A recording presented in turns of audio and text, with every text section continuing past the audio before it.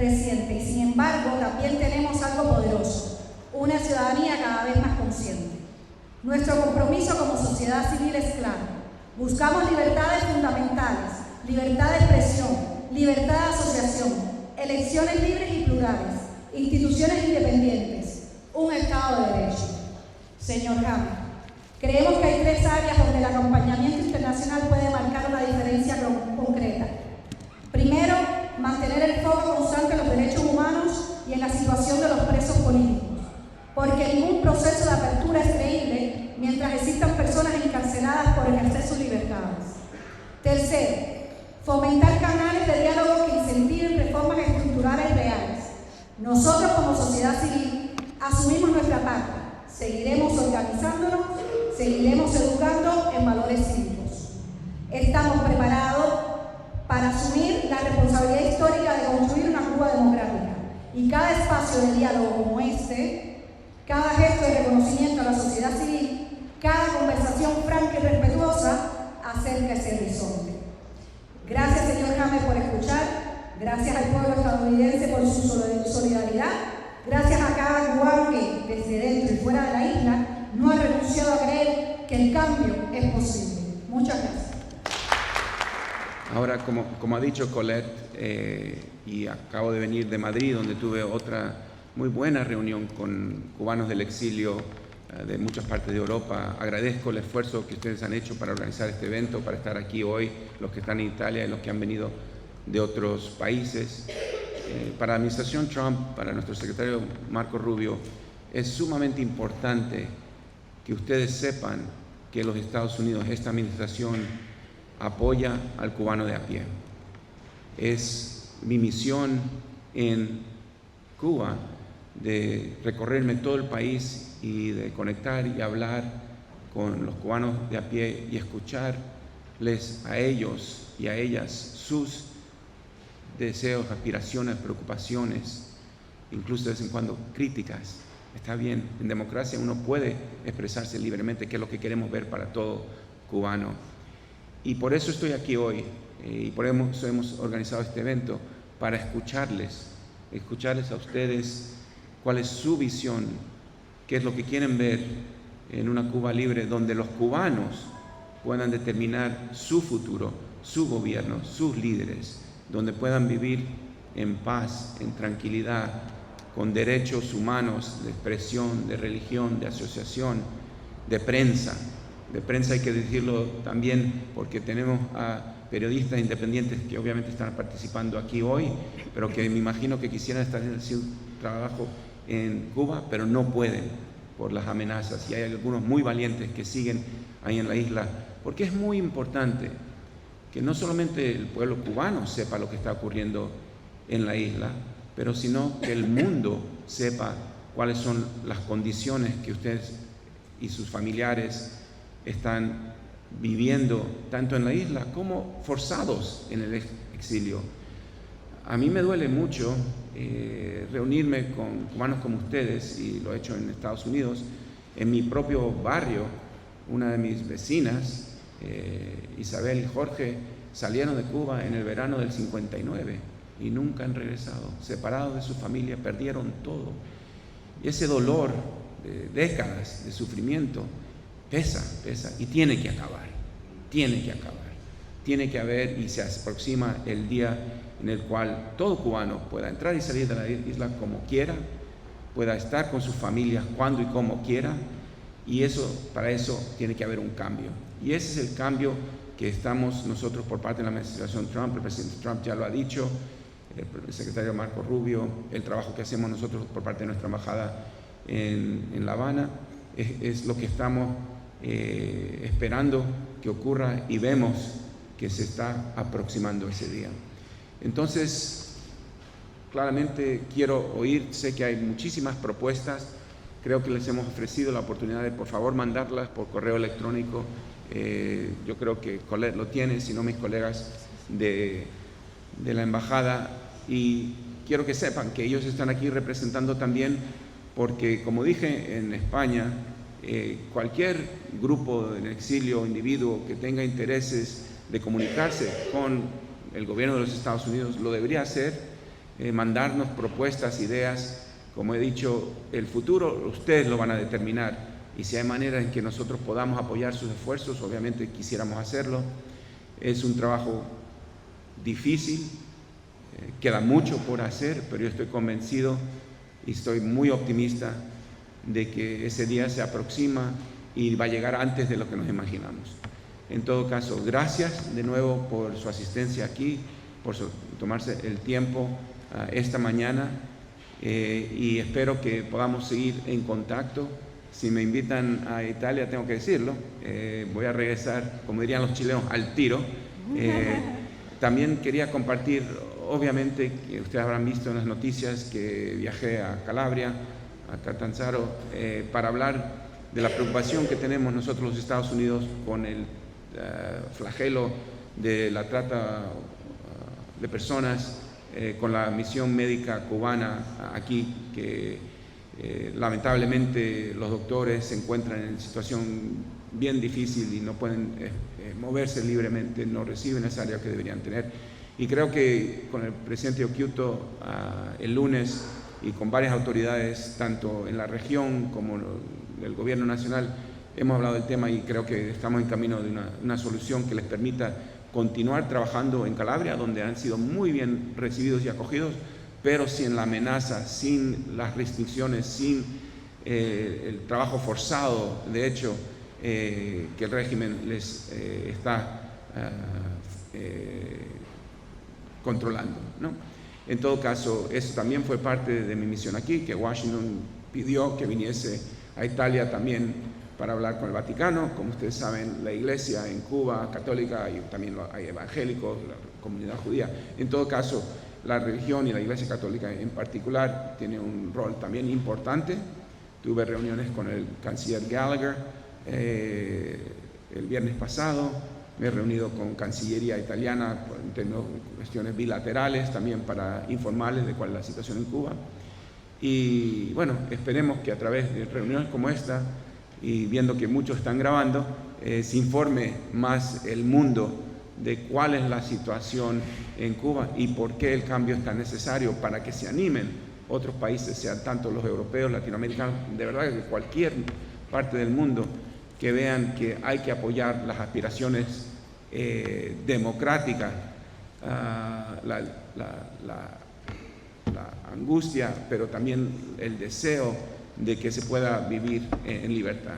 Entonces, de nuevo, muchas gracias, y aquí estoy para escucharles. Los cubanos deben tener confianza que en un futuro y una vida mejor, es posible.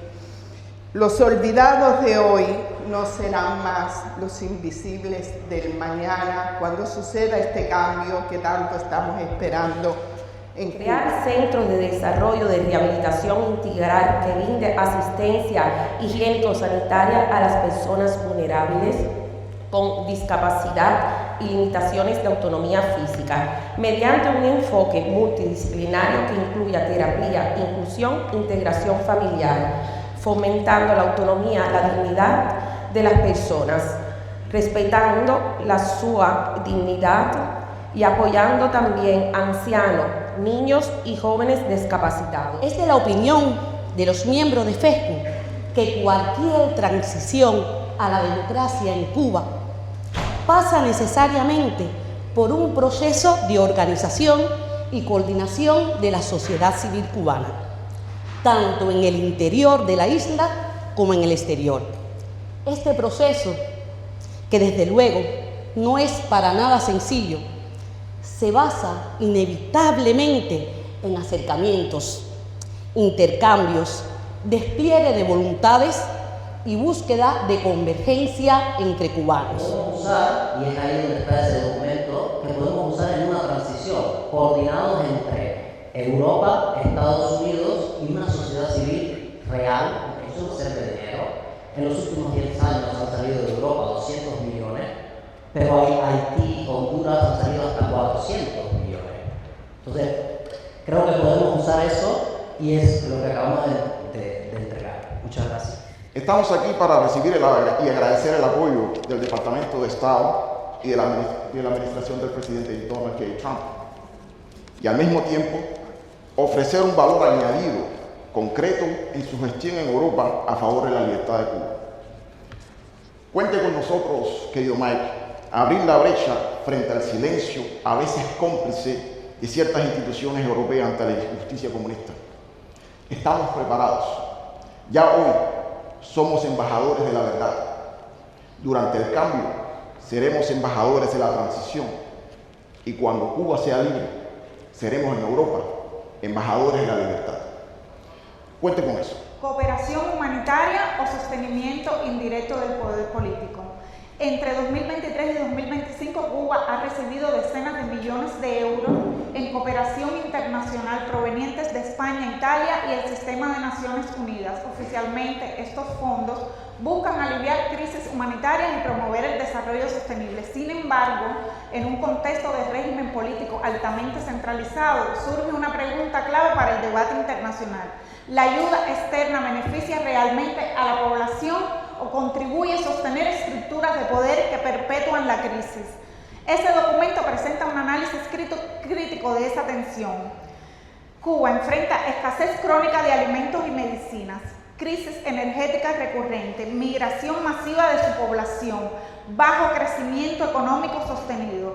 A pesar de recibir ayuda internacional, las condiciones de vida de la población no han mejorado proporcionalmente. Esto genera dudas sobre la eficiencia de la distribución de recursos, el grado de transparencia estatal, el control gubernamental sobre la ayuda externa. En sistemas altamente centralizados, la ayuda internacional suele pasar por canales estatales, lo que otorga al gobierno un poder significativo para decidir su destino. Alguien debería poner toda su atención sobre las mal llamadas misiones diplomáticas de la dictadura, que organizan y preparan personas ajenas a nuestra comunidad como brazo justiciero.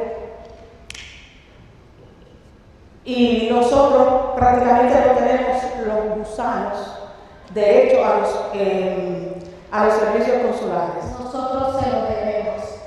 Nosotros se lo debemos a las víctimas del comunismo. Nosotros se lo debemos a todos los que fueron fusilados después del 59. Nosotros se lo debemos a las víctimas del revocador 13 de marzo. Nosotros se lo debemos a los de la...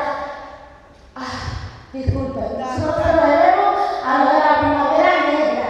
Se lo debemos a los exiliados.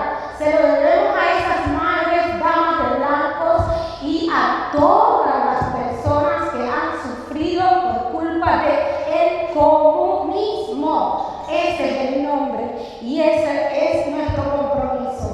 Tenemos que aplicar esta ley para que en Cuba futura no exista el comunismo. Me acuerdo a la colega Milagros cuando decía de eliminar todos los símbolos, todo lo que tenga que ver con ese cáncer que se llama comunismo, y ahí está en nuestra ley. Patria, libertad, justicia, abajo la dictadura fascista. Nuestro planteamiento se sostiene en 3 pilares claros. 1. Activación constitucional interna, coherencia en el marco jurídico estadounidense vigente y legitimación soberana conforme al derecho internacional. Creemos que una transición jurídicamente estructurada reduce el riesgo de fractura institucional y disminuye tensiones regionales y fortalece la legitimidad de cualquier proceso de cambio. Nosotros le pedimos la oportunidad de crear una Cuba nueva en Guantánamo, partiendo desde Guantánamo. Existe la vía legal, se puede hacer. Permítanos ponerle al alcance de la mano a todos los cubanos la oportunidad de escapar del régimen. Permítanos crear una situación de dificultad que ponga en dificultad al gobierno cubano. I believe this points-station for building a solid democracy with international recognition. First, I would like to address the length of the transition period. I am concerned that there will be some pressure to hold elections quickly in order to establish legitimacy I believe that we need an extended period in this transition before we hold our first election. Just as you know, around 90% of the Cuban population is living in extreme poverty, and extreme poverty distorts electoral choices. Sin articulación no puede existir legitimidad. Sobre esa base organizativa organizamos hacia un fundamento jurídico claro. Cuando hablamos de establecer la legalidad constitucional, afirmamos que cualquier transición debe desarrollarse bajo normas definidas y con el ciudadano como fuente soberana del poder. No es una consigna, es un principio estructural. A partir de esa base proyectamos y activamos un proyecto provisional de transición democrática. Un órgano deliberativo temporal destinado a ordenar etapas iniciales, garantizar transparencia y preparar el camino hacia las elecciones libres dentro del territorio nacional. La sociedad cubana va reeducada, la sociedad cubana va ayudada, pero sobre todo hay que redarle su dignidad, que puedan ir adelante solo, sin nada. Una sociedad que conoce sus derechos es menos vulnerable a la arbitrariedad, es más estable y está mejor preparada para cualquier proceso de transformación institucional. Creemos que fortalecer la conciencia cívica es una inversión estructural en el futuro democrático de Cuba. Nuestro aporte es concreto: formar conciencia, fortalecer ciudadanía y preparar el futuro para nuestra tierra. La Constitución de 1940 fue el último pacto legítimo antes de la ruptura institucional.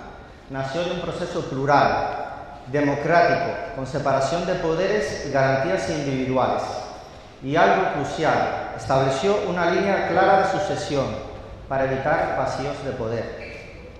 Lo que vino después de 1959 no fue una reforma constitucional legítima. El régimen castrocomunista falló en su promesa electoral esencial al pueblo cubano, la de restaurar el orden constitucional y el Estado de Derecho, tras la ruptura institucional de 1952. No solo lo hizo, sino que lo traicionó. Suprimió la constitución legítima, concentró el poder, eliminó la separación de poderes y gobernó por la fuerza. El resultado, como todos sabemos, es la dictadura más longeva del hemisferio occidental. Señor Hammond, la transformación de la diplomacia dictatorial cubana hacia una diplomacia al servicio de la libertad y de los cubanos es fundamental para Cuba. Las organizaciones que represento creemos en una nueva manera de hacer las cosas, una que sea eficaz y representativa. La diplomacia no puede seguir siendo un instrumento más de la dictadura para la represión, la censura y el acoso. Creemos que esta debe abrir la vía para lograr las aspiraciones de los cubanos a la libertad, los derechos fundamentales y el desarrollo.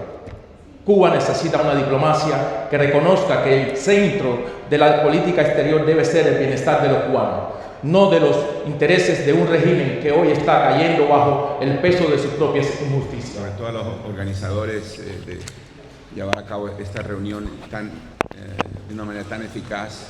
Gracias por todos los documentos y las propuestas.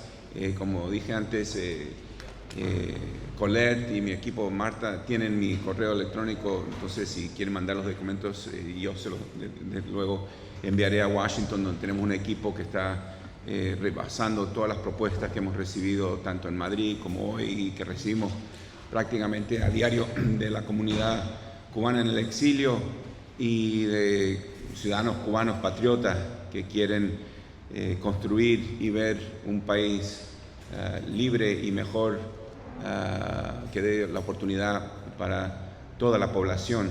Quería hacer un par de comentarios aquí para cerrar el encuentro. Primero de todo, igual que lo hicieron en Madrid, y esto muestra el carácter cubano, todo tipo de opinión y diversidad se ha expresado hoy, y eso es lo que uno quiere siempre escuchar y ver en una democracia. Aquí lo pueden hacer en Italia, sabemos que en Cuba no. Presentaciones muy elocuentes y con emoción, y se entiende. Solo he sentido yo en la isla cuando habla la gente muchas lágrimas, muchos abrazos, pero también hay ahora esperanza, y eso es lo importante. Es muy importante que Europa y el mundo les escuche. Alguien dijo que ustedes son embajadores de la verdad. Es tan sumamente importante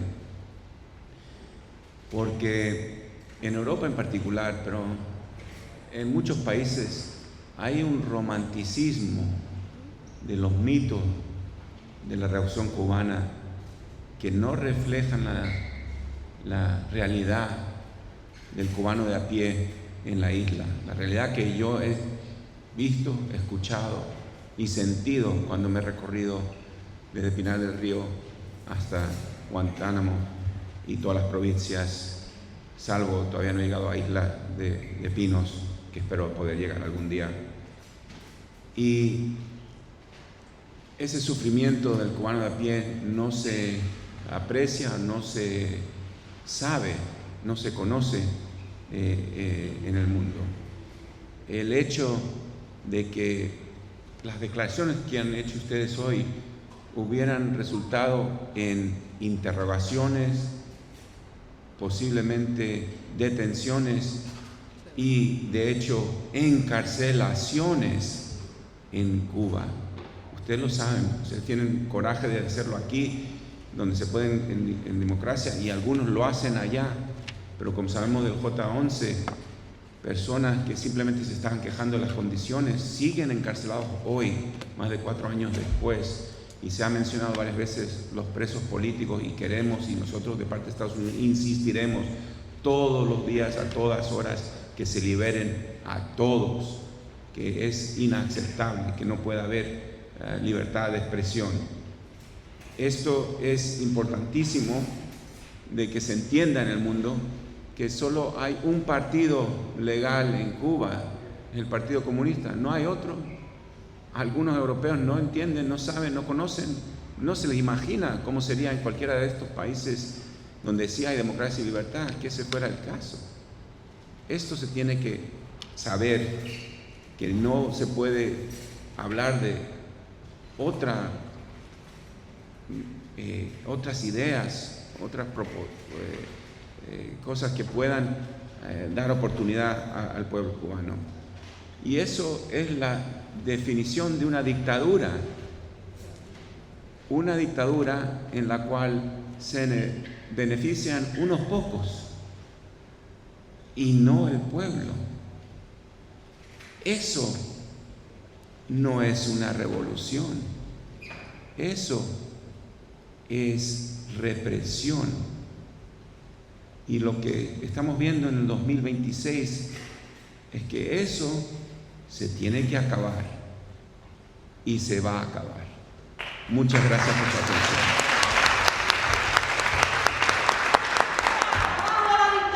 ¡Abajo! ¡Viva! Armando,